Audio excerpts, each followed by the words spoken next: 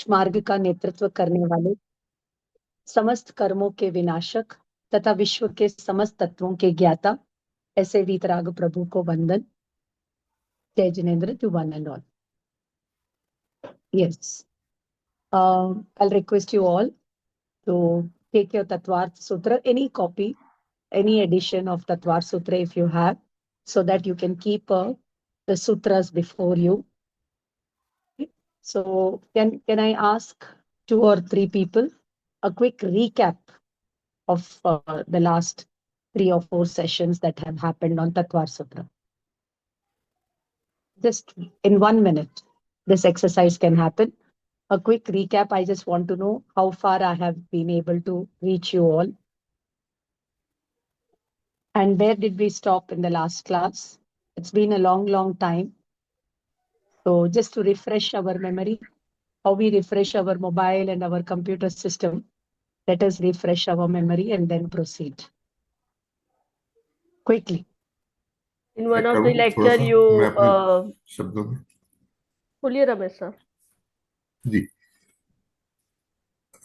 तत्वार्थ सूत्र में पहले अध्याय में सम्यक दर्शन, सम्यक ज्ञान, सम्यक चारित्र, मोक्ष का मार्ग है और 7 तत्वों के बारे में बताया है। इसके बाद प्रश्न होता है कि इसको कैसे जाना जाता है, तो बताते हैं कि इसको जानने के लिए निक्षेप के द्वारा जाना जाता है। फिर बताते हैं कि और क्या तरीका है। कहते हैं कि सम्यक दर्शन, सम्यक ज्ञान, सम्यक चारित्र और 7 तत्वों को जानने का दूसरा तरीका प्रमाण है और नय है। और उसके बाद फिर 5 ज्ञान का, केवल ज्ञान के मति ज्ञान, शुद्ध ज्ञान, अवधि ज्ञान, मनोतत्व ज्ञान और केवल ज्ञान की चर्चा आती है। संक्षेप में मैंने इतना कहा है। बहुत अच्छा। सबसे पहले तो आपकी बात से ही मैं बात को निकालते हुए आगे कहना चाहती हूँ कि प्राणी मात्र सुख चाहते हैं, शांति चाहते हैं और शाश्वत सुख चाहते हैं। किसी को भी आप पूछिए कि आपको क्षणिक सुख चाहिए, शाश्वत सुख चाहिए, सब बोलेंगे परमानेंट सुख चाहिए। लेकिन सब पुरुषार्थ क्षणिक सुख का कर रहे हैं और इच्छा शाश्वत सुख की कर रहे हैं। तो वहां पर एक अपने को एक कॉन्फ्लिक्ट मिलता है इन आवर अंडरस्टैंडिंग ऑफ सुख। सो सुख कहाँ है? तो मोक्ष में है। मोक्ष मतलब कोई जगह नहीं है। मोक्ष का मतलब है छूटने में है, बंधन में नहीं है। तो सुख छूटने में है, जिसको हम मोक्ष नाम दे देते हैं। तो वो छूटना कैसे होगा? तो सब फिलॉसफीज ने अपने अपने तरीके से छूटने का उपाय बताया। किसी ने कहा सरेंडर, किसी ने कहा डिवोशन, किसी ने कहा भगवान देगा तो होगा, वगैरह वगैरह। तो जैन आचार्यों ने कहा कि ये जो छूटने का उपाय है, सुख का उपाय है, वो आपको रत्नत्रय पूर्वक मिलेगा। इसलिए तत्वार्थ सूत्र का जो आदि सूत्र है वो मोक्ष मार्ग को रिप्रेजेंट करने वाला है और इसी में पूरी जिनवाणी का समावेश हो सकता है। यानी पूरी जिनवाणी जो है वो इस सूत्र के अंदर गर्भित है, या यूं कहें इसी सूत्र का विस्तार जो है वो अपने को पूरी जिनवाणी में मिलता है। यानी छूटने का उपाय और बंधन का क्या कारण है, वगैरह वगैरह सब। तो फिर रत्नत्रय पूर्वक होता है। तो सबसे पहला सम्यक दर्शन ज्ञान चारित्र में सम्यक दर्शन क्या है? तो फिर क्योंकि जिज्ञासा है ना, छूटने की जिज्ञासा है, तो जिज्ञासु होगा वही मोक्ष मार्ग को ढूंढेगा। जिसके पास जिज्ञासा नहीं है वो तो कोई भी बंधन के मार्ग को भी मोक्ष का मार्ग मान करके अज्ञान अंधेरे में, अज्ञान मिथ्यात्व बंधन के अंधेरे में ही घूमता रहेगा। ठीक है ना? तो इसलिए फिर सम्यक दर्शन का उपाय तो बता दिया कि निसर्ग से अधिगम से होता है। फिर पूछा गया सम्यक दर्शन क्या है? तो कहा जीवादि तत्वों का श्रद्धान। तो फिर जीवादि तत्व क्या है? तो उनके नाम बता दिए जो कि थे सूत्र नंबर 4 में। और फिर आपने जैसे बताया कि ये जीवादि तत्वों को, मोक्ष मार्ग को, रत्नत्रय को जानने का उपाय क्या, मेथडोलॉजी क्या है? तो वो हमें बताया गया निक्षेप, प्रमाण और नय। So these are the tools of logic. और मैंने ये भी बताया था कि ब्रांचेस ऑफ इंडियन फिलोसफी में we have epistemology, metaphysics, ethics, logic, aesthetics. ठीक है ना? ये 5 ब्रांच फिलोसफी है। फिर बाद में वगैरह दूसरी ब्रांचेस भी मिलती है, एड ऑन जो भी है। तो यहाँ पर जो निक्षेप, प्रमाण, नय है, this is a part of Jain epistemology and logic. इस एपिस्टेमोलॉजी और लॉजिक को लगा करके या लॉजिक को लगा करके हमें प्रमाण जो है वो एपिस्टेमोलॉजी की बात करता है, एपिस्टेमोलॉजी को समझना है। तो जीवादि तत्वों का श्रद्धांत वो मेटाफिजिक्स समझ में आएगा, और जब वो मेटाफिजिक्स समझ में आएगा तो ही जो एथिक्स है, संवर निर्जरा का एथिक्स है, वो करेक्ट होगा, नहीं तो करेक्ट नहीं होगा। इतनी सी बात आपके इस बात से मेरे सामने आई तो मैंने यहाँ पर बता दी। अब और एक दो लोग शॉर्ट में ब्रीफ में बता देंगे तो देन आई विल प्रोसीड। तो कितने सूत्र तक लास्ट में हमने किया था, क्वेश्चन पूछ रही हूं मैं। I want to see your presence. आपने नोट्स बनाए होंगे, कुछ नोट्स देखे किए होंगे, तो आप उसको देख करके भी बता सकते हैं, तभी हम आगे बढ़ सकते हैं। पूर्वी जी आप कुछ कह रहे थे, कैन यू प्लीज रेस्पॉन्ड? क्योंकि अभी हमें आगे चलना है। पूर्वी जी नहीं है तो कोई और रेस्पॉन्ड करना चाहते हैं तो उनका स्वागत है।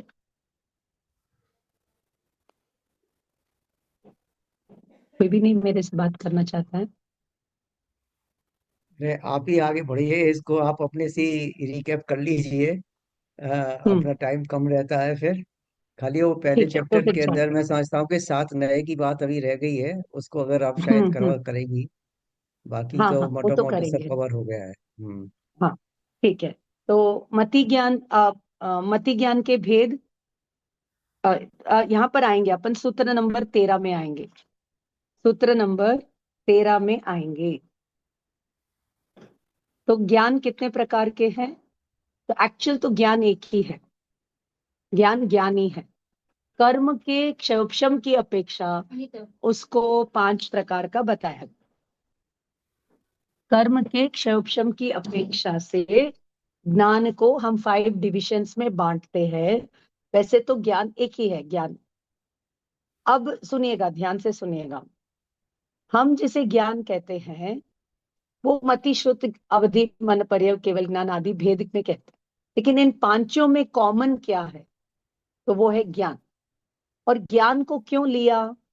तो यहाँ पर हमें एक और बात, कॉन्सेप्ट को बीच में लाना पड़ेगा, और वो है लक्षण और लक्षणाभास। लक्षण से वस्तु की पहचान होती है। जैसे अपने सामने पित्तल भी है और सोना भी है, तो हम कैसे पहचानेंगे कि पित्तल कौन सा पित्तल है और कौन सा सोना है? तो हम उस धातु की परीक्षा करते हैं और डिटरमाइन करते हैं कि ये पित्तल है और ये सोना है। ऐसे ही बहुत प्रकार के धान है, बहुत प्रकार के बैक्टीरिया है, बहुत प्रकार के लोग हैं। तो हम सब जगह क्या करते हैं? लक्षणों से वस्तु का निर्णय करते हैं और फिर उस वस्तु को लेना या छोड़ना, ऐसा हम व्यवहार करते हैं। तो उसी प्रकार जीव का जो लक्षण, यहाँ पर जीवादि तत्वों को समझाना है आचार्यों को। तो जीव के गुण, अनंत गुण है जीव में, लेकिन आचार्य ने ज्ञान गुण को मुख्य करके यहाँ पर बताया। तो अब क्वेश्चन उठता है कि उनको तो तत्वार्थ बताना है, जीवादि तत्वों को बताना है, और बीच में ये ज्ञान की चर्चा कहाँ से आ गई? तो जीव का लक्षण उपयोग लक्षण है। जीव का लक्षण क्या है? कैरेक्टरिस्टिक बोलिए, प्रॉपर्टी बोलिए, धर्म बोलिए, नेचर बोलिए, क्वालिटी बोलिए या एट्रीब्यूट बोलिए। मैंने 5 वर्ड्स यूज किए हैं लक्षण के लिए। कैरेक्टरिस्टिक, वापस रिपीट कर रही हूं, characteristic, nature, attribute, property, quality या धर्म। वस्तु का स्वभाव, धर्म। तो जीव वस्तु का स्वभाव क्या है? ज्ञान। कौन सा ज्ञान? तो कहा ज्ञान सामान्य। ज्ञान सामान्य जीव का लक्षण है। जीव ज्ञान से पहचाना जाता है। जिसमें ज्ञान नहीं है, चेतना नहीं है, जिसमें सुख दुख का अनुभव नहीं है, मैं मेटीरियल जगत के जीवों की बात कर रही हूँ, तो वो अजीव, अजीव, नॉट जीव। और जिसमें ज्ञान आदि लक्षण है तो वो जीव है। ये अपने, ये यहाँ पर आप देखिए कि साइंस जीव और अजीव, लिविंग और नॉन लिविंग को कैसे कैरेक्टराइज करता है। Living things breathe, living things grow, living things reproduce, living things वगैरह वगैरह। और जिनमें ये क्वालिटीज नहीं है वो नॉन लिविंग थिंग है। तो वो जो बेसिक अपने बॉडीली फंक्शंस को लेकर के साइंस उसको लिविंग और नॉन लिविंग बोलता है। और यहाँ पर हम जैन जगत में देखते हैं कि जीव का जो चेतना लक्षण है, दैट विच हैज कॉन्शियसनेस, सीधा कॉन्शियसनेस, और उस consciousness, that consciousness functions in two ways, and that is ज्ञान एंड दर्शन, नोइंग एंड सीइंग। तो जिसमें नोइंग एंड सीइंग एट्रीब्यूट्स है, जिसमें चेतना लक्षण है, वह जीव है। उसके अलावा जो कुछ भी है, जैसे कर्म है, कषाय है, गति है, जाति है, ये शुद्ध जीव के लक्षण नहीं है। लेकिन ये जो जीव है वो अनादि काल से कर्मों से संयुक्त है। तो उस कर्म के उदय से उसको गति, जाति, गुणस्थान, मार्गणास्थान, जीवस्थान आदि सारे डिविजन्स आते। तो ये सारे डिविजन्स जो है, हमें जीव को नहीं समझने का क्या परिणाम है, वो डिटेल्स ये डेटा हमको बताता है। हम इसी डेटा को जीव का डेटा समझ करके इसी को जीव मान लेते हैं। तो यहाँ पर अपना सम्यक दर्शन के बदले मिथ्या दर्शन खड़ा रहता है। इसलिए यहाँ पर अब दूसरी बात, जीव के तो अनंत गुण है, तो ज्ञान गुण को ही क्यों मुख्य किया गया? क्योंकि ज्ञान से ही दूसरे गुणों की पहचान होती, ज्ञान से ही जीव अजीव का भेद समझ में आता है, ज्ञान से ही पूरा जगत का व्यवहार चलता है। ऐसा कोई काम नहीं है जो जगत में ज्ञान के बिना कोई करता है। जैसे समझ लीजिए किसी को ड्राइविंग करना है तो ज्ञान से होगा, डांस करता है तो ज्ञान के बिना नहीं होगा, है ना। और अगर कुकिंग बेकिंग करना है, कंप्यूटर ऑपरेशन करना है, यहाँ तक कि आतंकवाद के कोई एक्टिविटी को भी परिणाम देना है, तो वहां भी ज्ञान काम करता है ना। एलकेजी से लेके बड़े बुजुर्ग बुढ़ापे तक हमारा ज्ञान का ऑपरेशन यानी ज्ञान का फंक्शन चलता रहता। क्यों? ऐसा एक भी समय नहीं होता जब जीव ज्ञान दर्शन नहीं कर रहा होता है। क्यों? क्योंकि ज्ञान दर्शन उसका स्वभाव है। और जो भी ज्ञान होता है वो सोच समझ के नहीं होता है, वो रैंडमली ज्ञान दर्शन, ज्ञान दर्शन, ज्ञान दर्शन, ज्ञान दर्शन निगोद से लेके सिद्ध अवस्था तक चलता रहता। इसका कोई बिगनिंग नहीं है, इसका कोई एंड नहीं है। और ये ज्ञान जो है वो क्या बोले, वो वो जीव का क्या बोले इनहेरेंट प्रॉपर्टी है। Unlike Nyaya philosophy which says that ज्ञान is an acquired property of the चेतना, वो चेतना में इनबिल्ट नहीं है according to some philosophies and philosophers. But Jainism यहाँ पर कहता है कि ज्ञान लक्षण से ही हमें जीव रूपी लक्ष्य की प्राप्ति होती है। ठीक है, पहली बात। दूसरी बात जो है लक्षण और लक्षणाभास। तो यहाँ पर लक्षणाभास में तीन आएंगे, एक अतिव्याप्ति दोष, एक अव्याप्ति दोष, एक असंभव दोष। लक्षण है, जीव का लक्षण है चेतना और ज्ञान दर्शन। तो लक्षण का मतलब वो होता है, लक्षण की परिभाषा ये है, जो हर परिस्थिति में, हर अवस्था में त्रिकाल जीव के साथ रहता है, उसको लक्षण कहते हैं। जो त्रिकाल नहीं रहता वो लक्षण नहीं होता। उदाहरण के तौर पर ज्ञान जीव का लक्षण है, केवल ज्ञान जीव का लक्षण नहीं है। क्यों? क्योंकि केवल ज्ञान सिर्फ अर्यंत सिद्धों में पाया जाता है। निगोद से लेकर के 12वें गुणस्थान तक के जीवों को केवल ज्ञान नहीं पाया जाता। तो वो can not be the defining factor of the जीव तत्व। ठीक है, अब और एक बात लेते हैं। क्यों? क्योंकि वो अव्याप्ति दोष आ जाएगा। अगर हम केवल ज्ञान को जीव का लक्षण बताएंगे तो अव्याप्ति दोष हो जाएगा, क्योंकि वो निगोद से लेके 12वें गुणस्थान तक व्याप्त नहीं है जीवों में, वो जीव का लक्षण नहीं। और मतिश्रुत जीव का लक्षण है क्या? वो भी लक्षण नहीं बनेगा, क्योंकि वो केवली भगवान में वो मतिश्रुत ज्ञान नहीं है। बट तो फिर क्या लक्षण बनेगा? तो कहा ज्ञान सामान्य, ज्ञान लक्षण वही जीव की पहचान हमें कराता है। तो जब हम ज्ञान बोलेंगे तो ज्ञान आदि अनंत गुणों को उसमें गर्भित समझ लेना चाहिए। तो अव्याप्ति दोष आएगा अगर हम केवल ज्ञान को जीव का लक्षण बताएं। दूसरा दोष आएगा अतिव्याप्ति। क्या है अतिव्याप्ति दोष?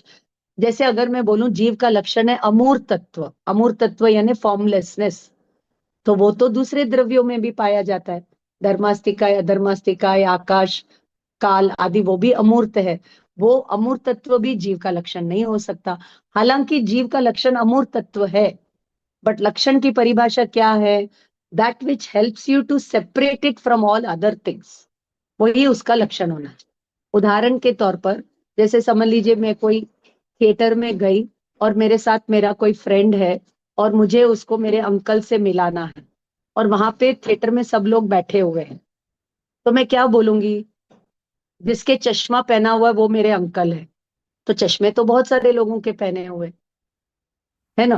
तो मुझे कहना पड़ेगा जो टोपी वाले हैं, और किसी ने टोपी नहीं पहन के रखी है, सिर्फ मेरे अंकल ने ही पहन के रखी है। तो मैं इतने सारे लोगों में से मेरे अंकल को आइडेंटिफाई करके बता देती हूँ कि ये लक्षण। तो ये लक्षण, लक्षणाभास का बहुत सारा डिटेल अपने को अपने लॉजिक के टेक्स्ट में मिलता है, अदर फिलोसफीज में भी मिलता है। तो अतिव्याप्ति दोष आ जाएगा अगर हम कहेंगे कि जीव का लक्षण अमूर्त तत्व। अतिव्याप्ति यानी प्रेजेंट इन द जीव एंड बिसाइड्स द जीव प्रेजेंट इन अदर प्लेसेस, तो वो लक्षण नहीं हो गिनाया जा सकता यहाँ पर समझने के लिए। और तीसरा है असंभव दोष, वेरी वेरी वेरी इंपॉर्टेंट, कि जीव का लक्षण है गति, जाति, कर्म, कषाय। तो यहाँ पर कहते हैं असंभव, जीव में न गति है, न जाति है, न कर्म है, न कषाय है, न लेश्या है। शुद्ध जीव चेतना लक्षण है, ज्ञान दर्शन के अलावा वो प्योर, जैसा सिद्ध भगवान का मॉडल है वैसा ही हमारे आपके सबके, इवन निगोद के जीव का भी मॉडल है। बट ये जीव अपने स्वरूप से अनभिज्ञ है। अनभिज्ञ यानी अपरिचित है। और कब से? अनादिकाल से। तो अनादिकाल से even though it is pure in nature, it is found with all the impurities, with the impurities. The impurities are not in the जीव, they are with the जीव। तो इसके लिए जो बेस्ट एग्जाम्पल अपने शास्त्रों में मिलता है कि खदान का सोना भी सोना है, but it is mix with all the impurities। तो वो impurity उस सोने के अंदर नहीं गई है, बट वो जो impurity वाला सोना है वो अपने गहने घड़ने के काम नहीं आ सकता until and unless it is subject to the fire and all the impurities are removed. It is not fit for the vyavhar that gold can do.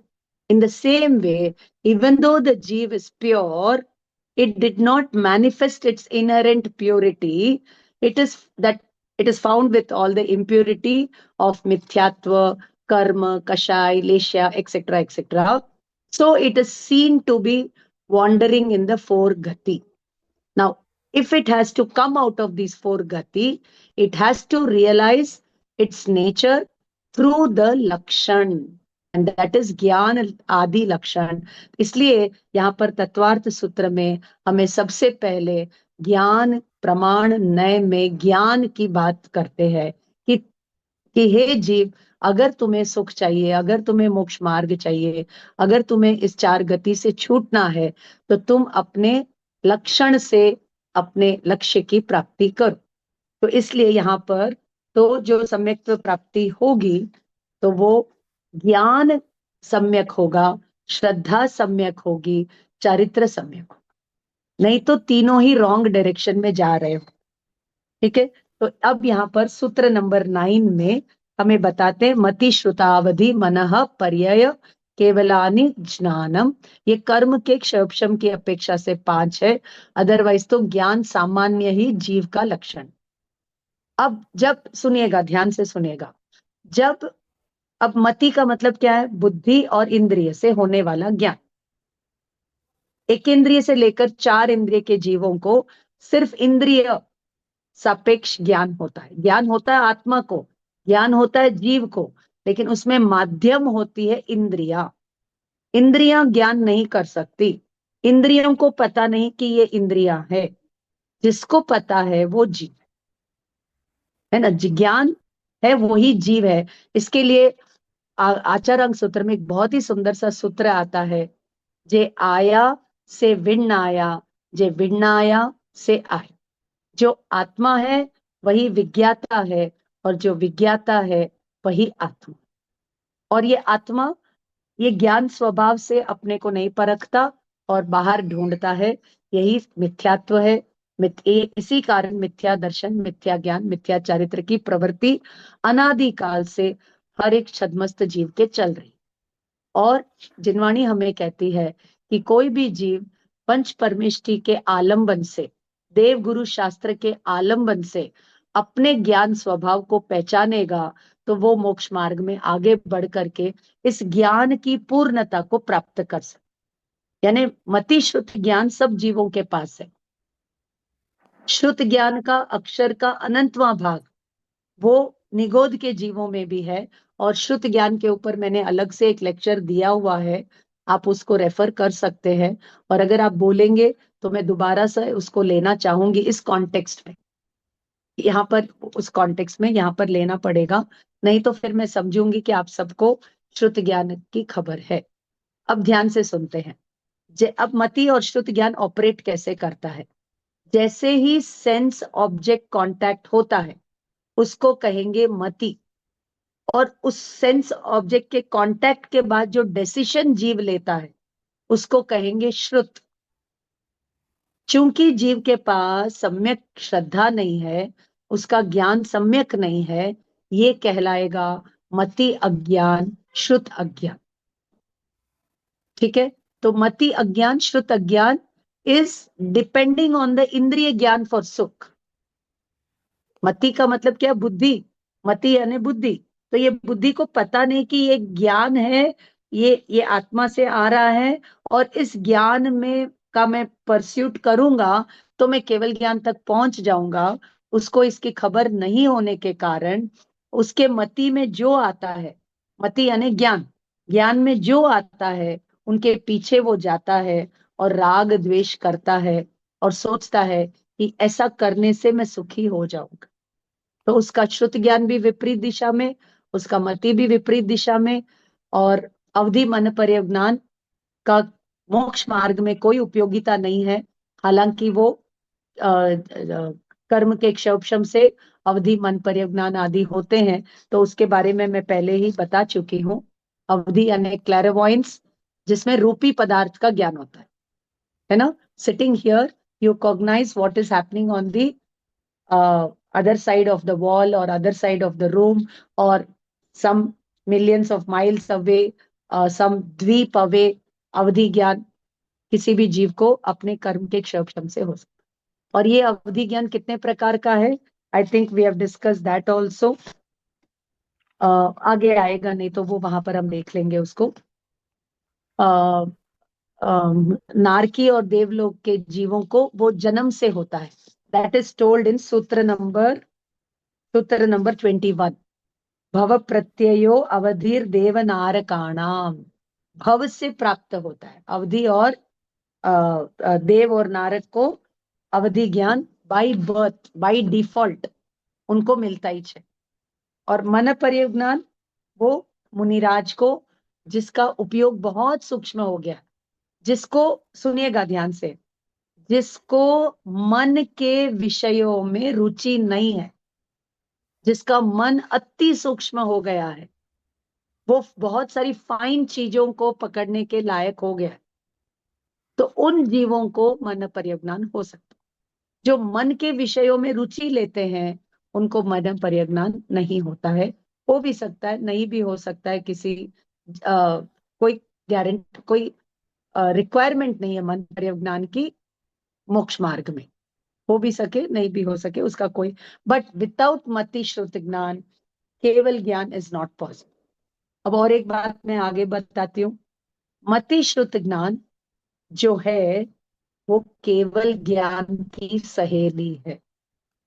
मति श्रुत में ही केवल ज्ञान की रचना होती है। जब ये मति और श्रुत सम्यक हो जाते हैं तो वो मति और श्रुत केवल ज्ञान ज्ञान ज्ञान ज्ञान ज्ञान करके, ज्ञेयों में रुचि नहीं लेकर, सिर्फ ज्ञान सामान्य में रुचि लेकर के वो ज्ञान, केवल ज्ञान की पराकाष्ठा तक पहुंच सकता। अब यहाँ पर what is the relation between सम्यक दर्शन एंड मति ज्ञान और 5 ज्ञान, वो मैं आपको 1 मिनट में बता देती हूँ कि जीव का लक्षण है चेतना और ज्ञान दर्शन है जीव का लक्षण।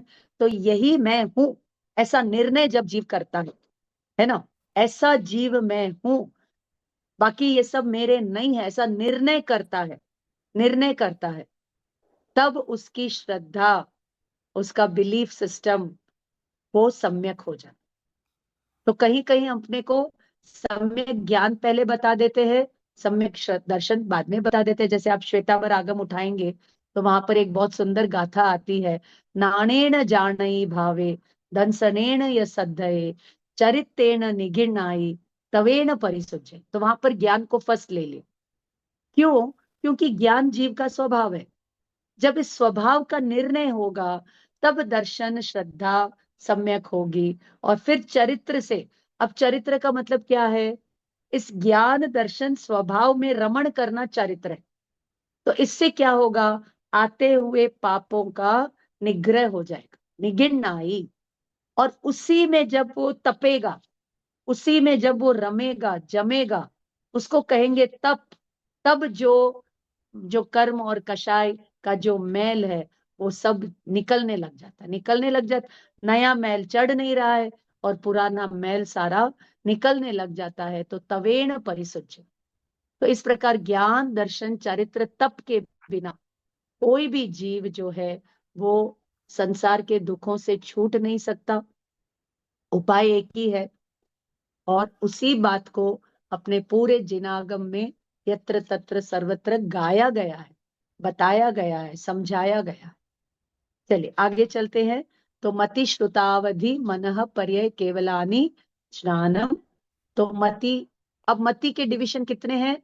तो आगे सूत्र आएगा उसका, सूत्र नंबर आगे आगे आगे एक है जैनिज्म में, आपको चाहिए तो आप लिख लीजिए। प्रत्यक्ष, आप लिख सकते हैं प्रत्यक्ष, अनुमान, उपमान और आगम। प्रत्यक्ष, अनुमान, उपमान और आगम, ये भी 4 प्रमाण आपको लॉजिक के ग्रंथों में मिलेंगे।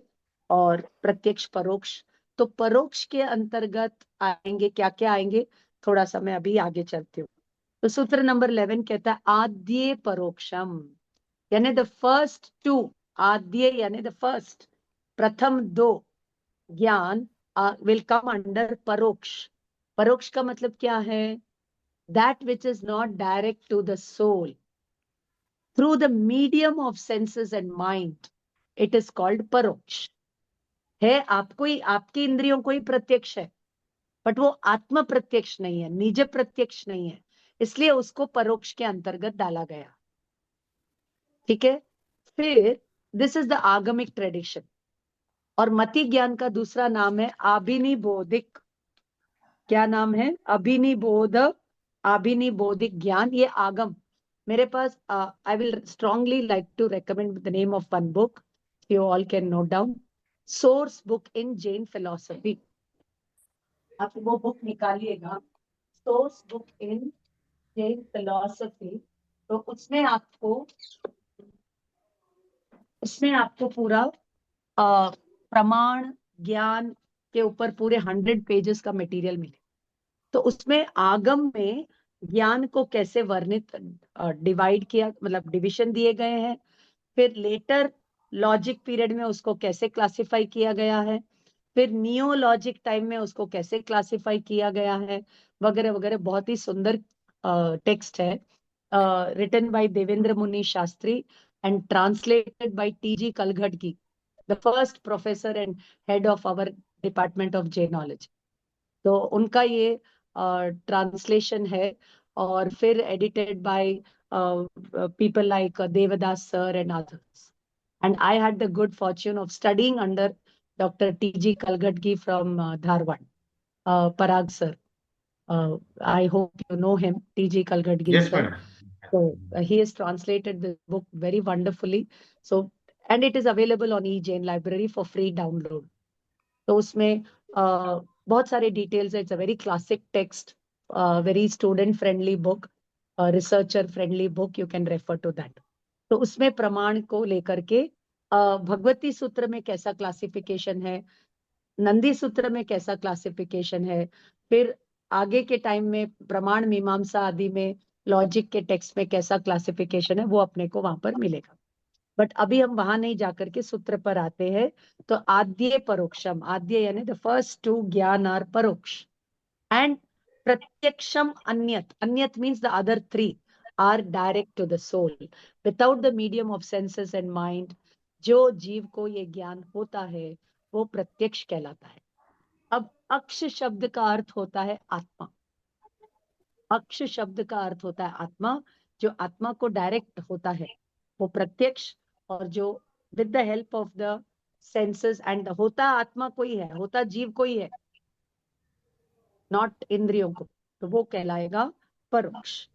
अब ये हो गया डिविजन।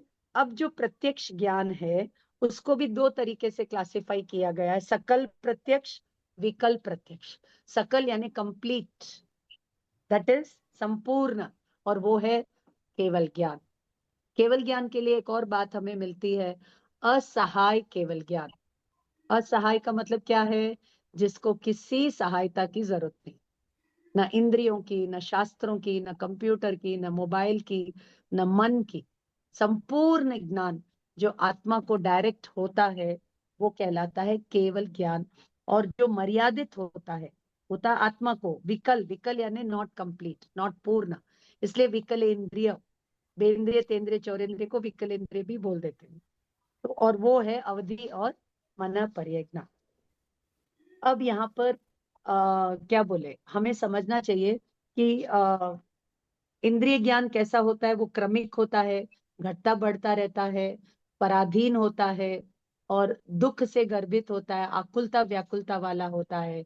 लेकिन जो आत्मा से केवल ज्ञान होता है, या केवल ज्ञान स्वभाव होता है, वो स्वाधीन होता है, और युगपत एक साथ सबको जानने वाला होता है, और वो हमेशा एक जैसा रहता है, और वो अतीन्द्रिय होता है। इंद्रियों के अतीन्द्रिय यानी ट्रांसेंडेंटल, बियॉन्ड इंद्रिय होता है। अब नेक्स्ट वी कम टू सूत्र नंबर 13, सूत्र नंबर 13, वेरी वेरी ब्यूटिफुल। क्या है सूत्र? अगर आपके पास बुक है तो आप देख सकते हैं। मति ही स्मृति ही संज्ञा चिंताभिनिबोध इत्यनर्थांतरम। यानी ये जो नाम दिए हैं, मति, स्मृति, संज्ञा, चिंता, अभिनिबोध, these are all synonyms for मति ज्ञान। और यहाँ पर हमें परोक्ष ज्ञान के डिविजन्स मिलेंगे। ये परोक्ष ज्ञान के डिविजन्स यहाँ पर मिले। जैसे ही सेंस ऑब्जेक्ट कांटेक्ट हुआ वो कहलाएगा मति, और जैसे ही कांटेक्ट हुआ तुरंत हमें क्या होगा? रिकलेक्शन, जिसको बोलेंगे मेमोरी, स्मृति। वो हमारे मेमोरी में चला जाता है या मेमोरी से आता है। जैसे समझ लीजिए, मैं मेरे अंकल को 10 साल बाद मिलती हूँ, या मेरे कोई स्टूडेंट को मैं 20-30 साल बाद मिलती हूँ, तो तुरंत पहले देखा हुआ था ना, 20-30 साल पहले देखा हुआ था मती में वहां पर मती से धारणा में गया था। सबको ध्यान से सुनना पड़ेगा यहाँ पर, प्लीज। ना, आई नीड योर क्या बोले, फुल अटेंशन ओवर हियर। तो पूर्व काल में जो सेंस ऑब्जेक्ट कांटेक्ट हुआ वो मेरे मेमोरी में चला गया। वहां पर उस मेमोरी को हम बोलेंगे धारणा। कैसे गया धारणा में? सुनिए, धारणा में चला गया, फिर नेक्स्ट टाइम 20 साल बाद, 10 साल बाद, 15 साल बाद, I came across the same person.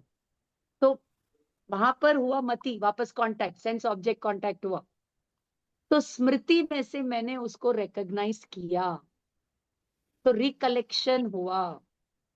फिर क्या हुआ? मैंने उसको स्मृति में आया, वो हो गया रिकलेक्शन, और मैंने उसको पहचाना, वो हो गया संज्ञा, रिकग्निशन। ओके, वो हो गया संज्ञा। और फिर मैंने तर्क किया, अच्छा अच्छा, ये वही अंकल है, बराबर है, मैंने जो रिकॉग्नाइज किया वो सही है, या नहीं रिकॉग्नाइज हो रहा है, तो फिर मैं तर्क करती हूँ। चिंता, चिंता का मतलब यहाँ पर चिंता वो वाली चिंता नहीं लेना। यहाँ पर यहाँ पर चिंता का मतलब होता है तर्क, हेतु, हेतु को देख करके हम तत्व का निर्णय करते हैं, वो हो गया चिंता का मतलब होता है तर्क। नेक्स्ट होता है अभिनिबोध, जिसको कहते हैं अनुमान, इन्फरेंस। और फिर ऐसे करते करते वो मेरे धारणा शक्ति में चला गया, तो मेरी धारणा एकदम स्ट्रांग हो गई। अब सूत्र नंबर 15 में हमें मति ज्ञान का प्रोसेस बताएंगे। वो है अवग्रह इहा अवाय धारणा। तो अब मैं वापस उसी सूत्र को यहां पर लेती हूं कि सेंस ऑब्जेक्ट कांटेक्ट हुआ, उसको कहेंगे अवग्रह। फिर हमने स्पेक्यूलेट किया, तो वो कहलाएगा ईहा। और डिटरमाइन हो गया कि ये वही है, तो वो कहलाएगा अवाय। और फिर वो मेरे मेमोरी में, धारणा में लॉक हो गया। तो we carry the knowledge of our past experiences, past sanskar through our dharana shakti. Whether it is animals or beasts or any जीव, सबका वो ज्ञान में, धारणा में पड़ा हुआ रहता है। और फिर वो अगले जन्म में, फिर वो ज्ञान की परंपरा ऐसे आगे चलती रहे। जैसे ही धारणा में गया, फिर वापस जैसे ही सेंस ऑब्जेक्ट कांटेक्ट हुआ, तो वापस स्मृति हुआ, संज्ञा हुआ, चिंता हुआ, और अभिनिबोध यानी अनुमान प्रमाण हुआ। लेक्चर अब एक बात मैं यहाँ पर ध्यान से कह देती हूँ, प्लीज कीप योरसेल्फ म्यूटेड। पहले गुणस्थान से लेके 12वें गुणस्थान तक सब जीवों का ज्ञान वो अनुमान ज्ञान है, इनडायरेक्ट नॉलेज है। डायरेक्ट होता है केवल ज्ञान 13th गुणस्थान। Now, if your anuman is right, your knowledge is right. If your anuman is wrong, knowledge is wrong. अब मैं यहाँ पर एक एग्जाम्पल देना चाहती हूँ कि एक हाथी, राजा का हाथी, वो दलदल में फंस गया और उसकी सूंड बाहर है। तो सूंड को देख करके पूरे हाथी का अनुमान होता है कि नहीं? पूरे हाथी का अनुमान होता है कि नहीं? होता है ना। तो अभी हाथी पूरा दिख नहीं रहा है, ध्यान से सुनिएगा बंधुओं। हाथी पूरा दिख नहीं रहा है, लेकिन सूंड को देख करके हाथी का अनुमान हो। ऐसे ही सूर्य की एक किरण को देख करके सूर्य का अनुमान हो जाता है। जैसे साइंटिस्ट लोग मार्स पे या मून पे पानी है या नहीं देखने की कोशिश कर रहे हैं, क्योंकि अगर वहां पानी मिल गया तो अनुमान हो जाएगा कि वहां पर दूसरे जीव जंतु भी हो सकते हैं। समझ में आया ना? क्योंकि बिना पानी के, मॉइस्चर के वहां जीव जंतु मिलेंगे नहीं। इसलिए दे वांट टू प्रूव कि वहां पर पानी है। Find out, not prove, find out. क्योंकि वहां पानी है तो दूसरी स्पीशीज भी वहां पर हो सकती है, तो अनुमान। ऐसे ही आप देख लीजिए, मीटरोलॉजिकल डिपार्टमेंट वाले अनुमान लगाते हैं कि इतने स्पीड पर ये विंड्स ऐसे ब्लो करेंगे, तो इतने स्पीड का तूफान इतने टाइम पर यहाँ पर आएगा। आप लगा लीजिए, सब जगह लगा लीजिए, अनुमान ज्ञान ही काम करता है। जैसे समझ लीजिए कि देखो सुनिएगा बंधुओं, हमारे अंदर कर्म है, कषाय है, वो दिखते नहीं है। हमारे अंदर गुस्सा है, क्रोध है, मान है, माया है, लोभ है, वो दिखते नहीं है। लेकिन जैसे ही व्यक्ति का व्यवहार, हाव भाव होता है, तो हम अनुमान कर लेते हैं कि ये व्यक्ति ऐसा होगा। समझ में आया ना? है ना? तो आप अपने बच्चे के लिए कोई अलायंस देखने जाते हैं, तो वहां पर आप लक्षण देखते हैं लड़के के, लड़कियों के, तो आपको अनुमान हो जाता है कि ये बच्चा मेरे घर के लिए ठीक रहेगा या नहीं रहेगा। फिर आप डिसीजन लेते। तो कहने का मतलब ये है कि जैसे, हाँ, और एक एग्जाम्पल अगर मैं बोल सकती हूँ, इलेक्शंस के टाइम में जो पोल्स आते हैं, वो किस पर बेस करके आते हैं? अनुमान पर। तो किसी का अनुमान कोई फैक्टर्स को लेकर के होता है, किसी का अनुमान कोई और फैक्टर्स को लेके होता है, तो अनुमान ही वो कर पाते हैं।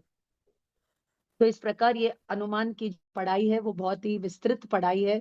वो हमें लॉजिक के ग्रंथों में आगे कभी देखने को मिल सकती है। अब मति ज्ञान अब होता कैसे है?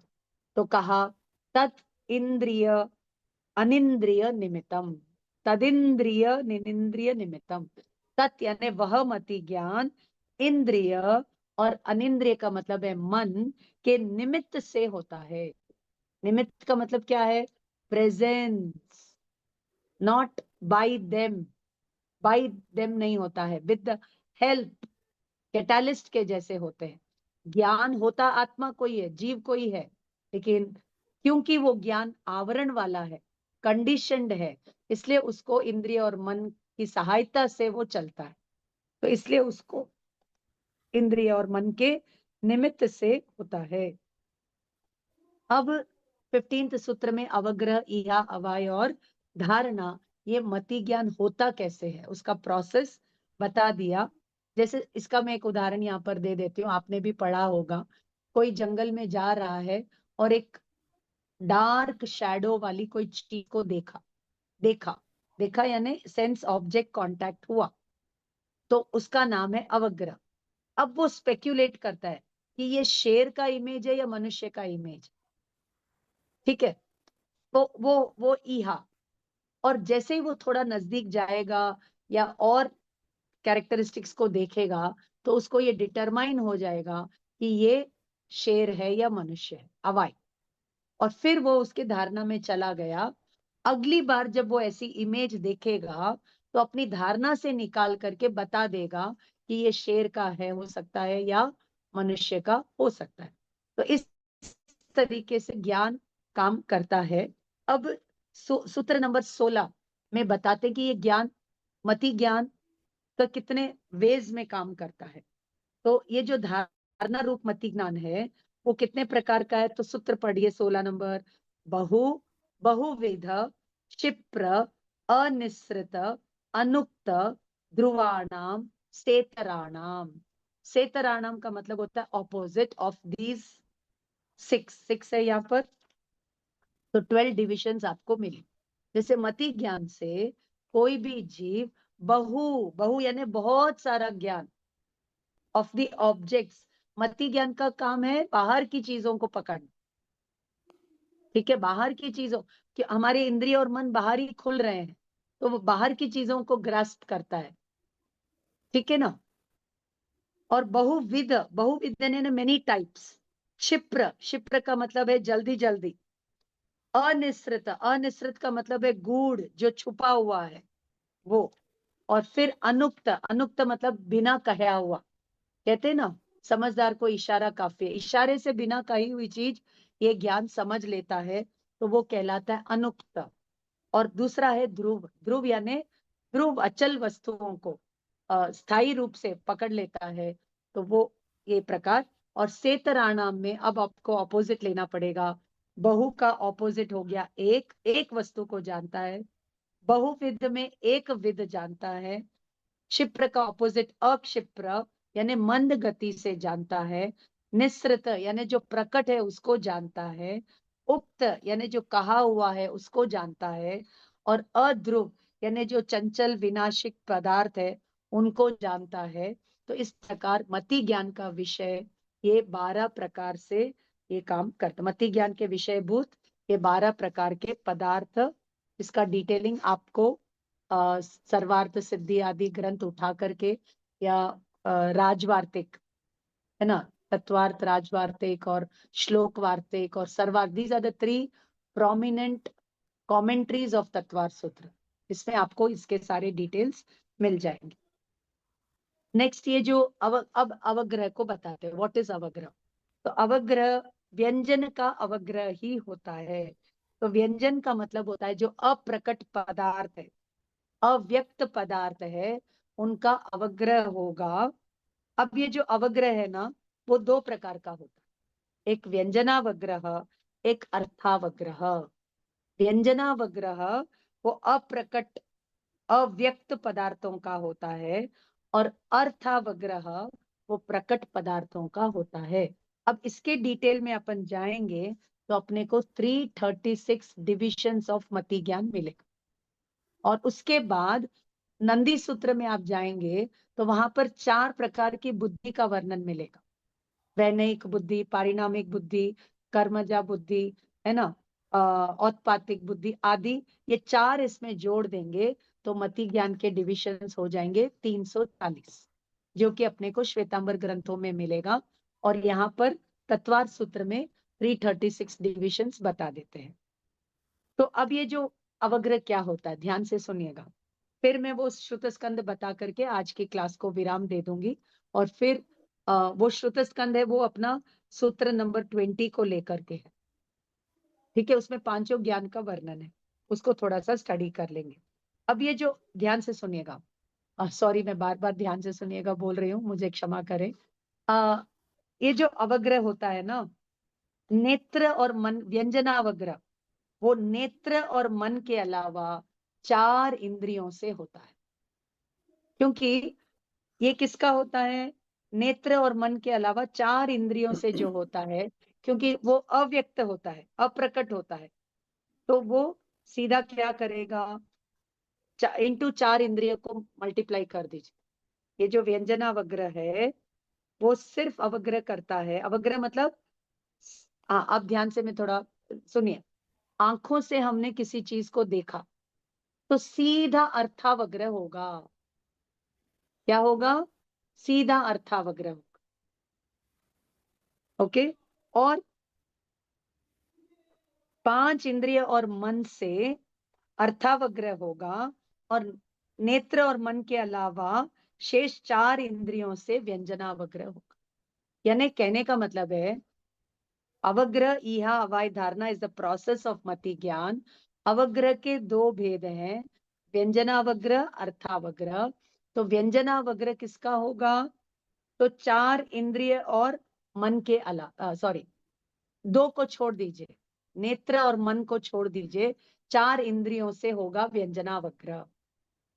यानी सेंस ऑब्जेक्ट कांटेक्ट वहां पर होगा।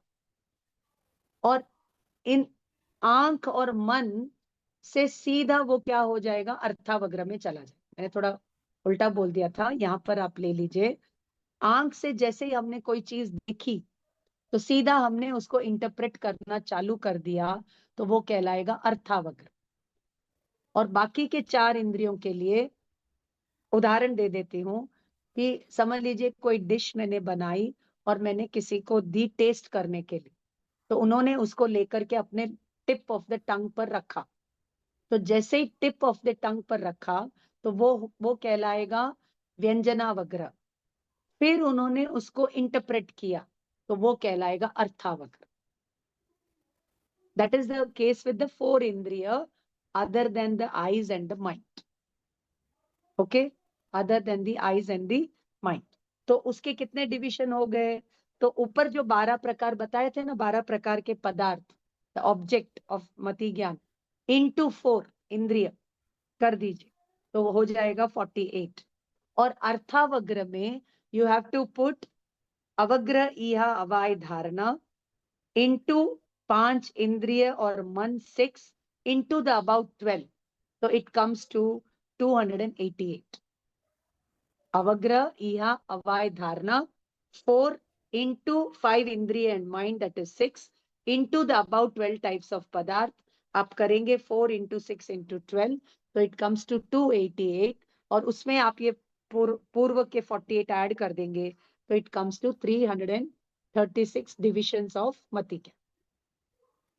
ठीक है, अब ध्यान से, जैसे सेंस ऑब्जेक्ट कांटेक्ट हुआ तो 5 आंखों के अलावा जो 4 इंद्रियां हैं वो कहलाएगा अचक्षु दर्शन।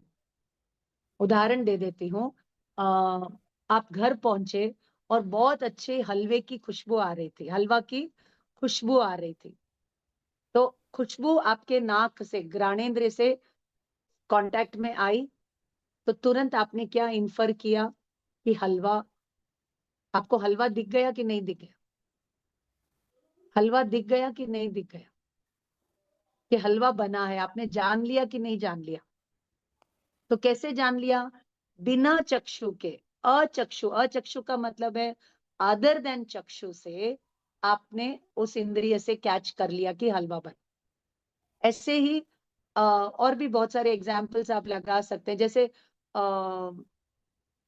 क्या बोले, दरवाजे की घंटी बजी तो सेंस ऑब्जेक्ट कांटेक्ट हुआ कान में, तो चक्षु से तो आपने व्यक्ति को देखा नहीं, लेकिन घंटी की आवाज बजते ही आपको कोई है ऐसा एक आभास, ऐसा एक ज्ञान, कौन है वो नहीं मालूम, लेकिन कोई है ये मालूम पड़ गया, तो ये क्या कहलाएगा? अचक्षु दर्शन। तो अचक्षु दर्शन विल लीड टू व्यंजनावग्रह, Vyanjana-vagra will lead to Artha-vagra. Artha-vagra will lead to Iha. Iha will lead to Avai. And from Avai it goes in the Dhar. This is for the things other than in Chakshu and mind. और चक्षु इंद्रिय के लिए जैसे ही चक्षु से देखा सीधा इट विल गो टू अर्थावग्र इहा अवाय धर्म, और ऐसे ही मन के लिए इट विल बी अचक्षु दर्शन अर्थावग्र इहा अवाय धर्म। इसे बहुत अच्छे से सर्वार्थ सिद्धि आदि में अपने को ये डिटेल्स मिलते हैं। अब यहाँ पर मति ज्ञान की चर्चा समाप्त होती है। मति ज्ञान के लिए कितने सूत्र दे दिए थे उन्होंने? फ्रॉम सूत्र नंबर 13, 14, 15, 16, 17, 18, 19 तक मति ज्ञान को एक्सप्लेन किया है। हाउ एकेंद्रिय से लेकर पंचेंद्रिय जीवों का जो ज्ञान का प्रोसेस कैसे होता है वो बता दे। अब सूत्र नंबर 20 में हमें बताएंगे श्रुत ज्ञान क्या होता है। तो यहाँ पर सूत्र दिया है श्रुतम मति पूर्वम या मति पूर्वकम द्वय अनेक द्वादश भेदम। ये जो श्रुत ज्ञान है वो मति ज्ञान पूर्वक होता है, और वो कितने प्रकार का है? 2 प्रकार का है, और अनेक प्रकार का है, और द्वादश प्रकार का है। तो 2 प्रकार का कौन सा है श्रुत ज्ञान? तो कहा अंग प्रविष्ट और अंग बाह्य। अंग प्रविष्ट और अंग बाह्य ये 2 प्रकार का श्रुत ज्ञान है। उसमें से जो अंग प्रविष्ट है वो 12 प्रकार का है, और जो अंग बाह्य है वो अनेक प्रकार का है। तो ये सूत्र नंबर 20 पर श्रुत ज्ञान का डिटेलिंग इतना ही दिया हुआ है, बाकी का हमें दूसरे ग्रंथों से समझना है। तो मैं आपको यहाँ पर एक सुंदर सा श्रुत स्कंद का चार्ट जो मुझे देव कुमार सर ने मेरे एग्जीबिशन के प्रोजेक्ट के लिए शेयर किया था, वो मैं यहाँ पर आप सबसे शेयर करना चाहती हूँ। सो I request Purvi ji, and it is put on the WhatsApp group also, you can check it over there also. इसमें श्रुत ज्ञान को मैं थोड़ा सा लेकर के क्लास को समाप्त करूँ, और अगली क्लास में आप सब सूत्र नंबर 21 से लेकर के 29, 31 तक प्रमाण की चर्चा है, और सिर्फ सूत्र नंबर 33 में एक नए की चर्चा आएगी। तो प्रमाण विल गेट ओवर बाय सूत्र नंबर 32, और नए के लिए 2 सूत्र श्वेतांबर टेक्स्ट में और 1 सूत्र दिगंबर टेक्स्ट में मिलता है। ठीक है, तो मिला क्या हमको अभी? ठीक है, कोई बात नहीं, आप लोग सब व्हाट्सएप पे देख लीजिएगा। Let me just check if it has been put over there. I I've don't kept in know. social and official group and mailing group. हाँ, डाल दिया आपने? Yes, yes, ma'am. हाँ है।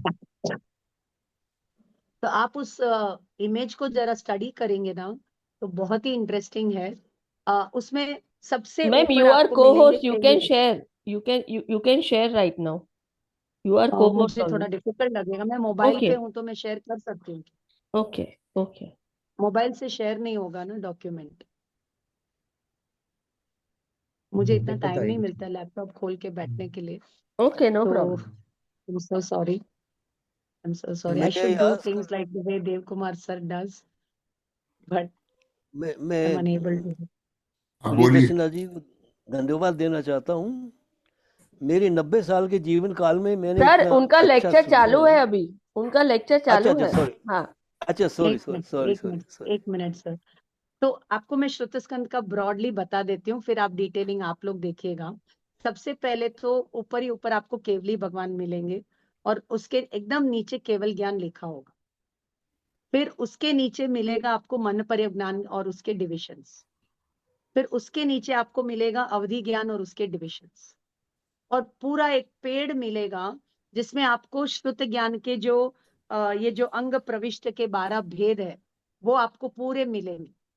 उसमें 11 अंगों के नाम है विथ ऑल द पद संख्या।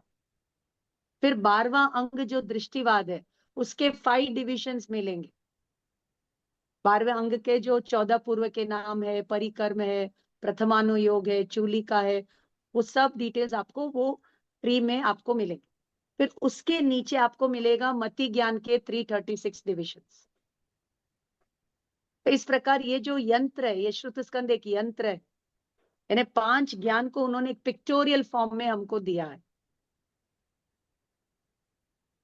अब सुनिएगा ध्यान से कि जो लास्ट का जो है मति श्रुत, वो सब जीवों के पास है, but it is working in the wrong direction. तो उसको राइट डायरेक्शन पे लाने के लिए केवली भगवान ने हमें ये जिनवाणी बताई, जो कि 12 अंगों में गर्भित है। वापस मैं बोलती हूँ, हर एक जीव के पास मति श्रुत है, बट वो मति श्रुत रॉन्ग डायरेक्शन में काम कर रहा है, इसलिए उसकी श्रद्धा गलत है, उसका ज्ञान गलत है, उसका जो भी चरित्र करेगा वो गलत। चाहे वो शुभ काम करे, व्रत तप नियम उपवास भक्ति पूजा पाठ सब करेगा, लेकिन इस मति श्रुत को सम्यक नहीं करेगा, तो उसका वो सब व्रत तप नियम उपवास का जो फल है वो शुभ भाव है, पुण्य दिलाएगा और आपको एक गुड स्टे इन द संसार दिला देगा, उतना काम वो कर देगा। उसके आगे मोक्ष दिलाना उसके बस की बात नहीं, शुभ भाव के बस की बात नहीं। अशुभ से बचा लेगा, लेकिन शुभ भाव में जीव अटक गया और अपने मति श्रुत को उसने सम्यक नहीं किया, तो वो केवल ज्ञान तक नहीं पहुंचेगा। लेकिन केवली भगवान ने अपने ज्ञान में देख करके सत्य तथ्य को बताया, मोक्ष मार्ग को बताया, बंध आदि सब बातें बता करके उन्होंने पूरे त्रिपदी के माध्यम से जो उत्पाद व्यय द्रव्य द्रव्य गुण पर्याय, ये पूरा यूनिवर्स और ये आत्मा कैसे फंक्शन करता है, वो सब उन्होंने अपने ज्ञान में देखा और बताया। तो गणधरों ने उसको झेल करके 12 अंगों में गुम्फित कर दिया। तो 12 अंग यानी ये जो अंग प्रविष्ट और अंग बाह्य में क्या क्या आते हैं वो भी आपको उस चार्ट में आप ट्रेस कर सकते हैं। तो इस प्रकार ये श्रुत स्कंद, आप कोई भी दिगंबर मंदिर में जाइए, कोई भी मतलब प्रोमिनेंट वाले, तो वहां पर आपको ये श्रुत स्कंद का यंत्र मिलेगा। और मैंने देखा है एक जगह पर कि आगे तो भगवान की प्रतिमा है और प्रतिमा के पीछे ये श्रुत स्कंद का यंत्र है, यानी भगवान क्या चीज से भरे हुए हैं, यदि आपको जानना है तो आपको ये श्रुत स्कंद के आलंबन के बिना नहीं जान सकते। और श्रुत स्कंद का आलंबन लेकर के आप भगवान को जानोगे तो आप भी ये केवल ज्ञान के लेवल तक पहुंच सकते हैं। ऐसा बहुत सारा वहां पर अपने को इंटरप्रिटेशन से समझना चाहिए। तो वो श्रुत स्कंद यंत्र आप सब अपने पास रखिएगा और आप प्रार्थना करिएगा कि आपका हम सबका मति श्रुत सम्यक बने और हमारी श्रद्धा सम्यक बने, हम सब मोक्ष मार्ग पे आए और हम भी कृतकृत्य बने। तो इस प्रकार सूत्र नंबर 20 तक लेकर के मैं क्लास को समाप्त करती हूँ। I am available for 10-15 minutes. जिनको भी कोई भी क्वेश्चन हो, डाउट हो तो आप पूछ सकते हैं। And I am really thankful